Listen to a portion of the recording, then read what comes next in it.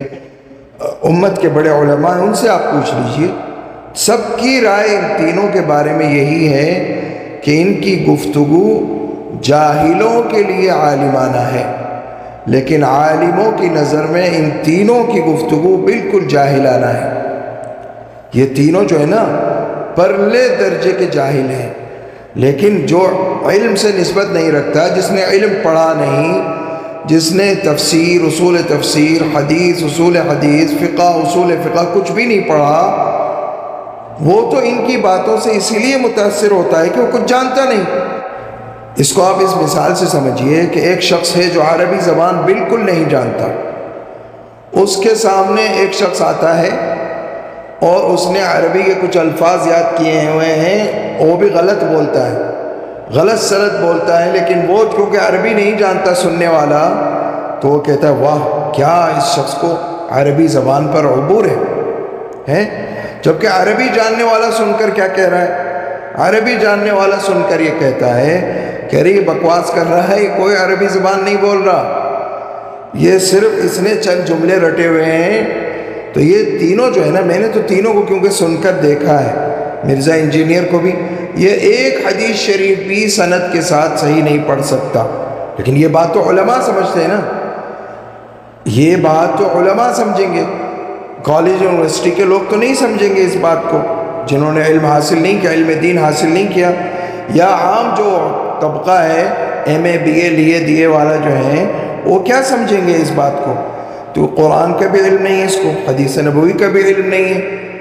اور جاوید غامدی تو ایک آیت بھی صحیح نہیں پڑھ سکتا، ایک آیت بھی قرآن کی صحیح تلفظ کے ساتھ نہیں پڑھ سکتا، اور یہ سننے کے بعد میں کہہ رہا ہوں، اور مولوی اسحاق کا بھی یہی حال تھا، ایک حدیث نبوی یا ایک آیت قرآنی بھی صحیح تلفظ کے ساتھ پڑھنے پر اس کو قدرت نہیں تھی۔ تو پہلی چیز جو ہے دین کی وہ کہ قرآن پاک صحیح پڑھ سکے، سب سے پہلی چیز ہے یتلو علیہم آیاتہ، قرآن نے فرمایا، حضور علیہ السلام کا سب سے پہلا جو وظیفہ تھا وہ کیا تھا؟ یتلو علیہم آیاتہ۔ تو جب آیات کی تلاوت ہی درست نہ کر سکے، باقی باتیں تو آپ چھوڑ دیجئے، تو انتہائی جاہلانہ، اور ان تینوں کا حال یہ ہے کہ امت کے متفق علیہ عقائد جو امت کے ہیں ان کے خلاف یہ لوگ بولتے ہیں، اور بعض بڑے صحابہ کرام پر طنز کرتے ہیں، تشنیع کرتے ہیں، اس کو ریسرچ کا نام دیتے ہیں۔ تو اللہ سبحانہ وتعالیٰ قیامت کے دن جب پوچھے گا کہ تو میرے نبی کے صحابہ بھی تحقیق کر رہا تھا، تو نے اپنی تحقیق کیوں نہ کی؟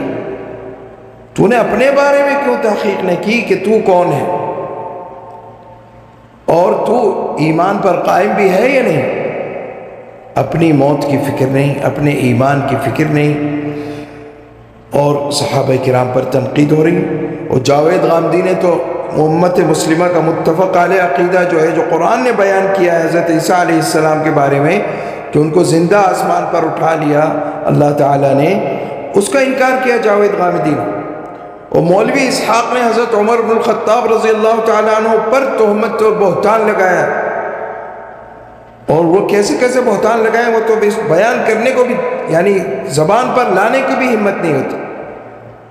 اور مرزا انجینئر جو ہے، اس نے بڑے بڑے بزرگوں پر تہمت لگائی ہے کہ وہ اپنے نام کے کلمے پڑھواتے تھے، جبکہ سب جانتے ہیں کہ وہ سب بزرگ ختم نبوت پر پختہ ایمان رکھنے والے تھے، لیکن یہ جان بوجھ کے صرف اور صرف کیونکہ یہ باتیں کرے گا تو اس کا کلپ وائرل کیسے ہوگا؟ اگر نہیں کرے گا یہ باتیں، جھوٹی باتیں، گمراہانہ باتیں، تو بھائی کسی کا کلپ وائرل ہونا اس کے حق ہونے کی دلیل نہیں ہے، یاد رکھو۔ یہ تو میں نے اپنے لوگوں کو سمجھانے کے لیے مجبوراً یہ ریکارڈ کرا دیا ہے اس وقت، ورنہ میں تو اس قابل نہیں سمجھتا ان تینوں کو کہ ان کا نام بھی لیا جائے۔ وآخر دعوانا الحمدللہ رب العالمین۔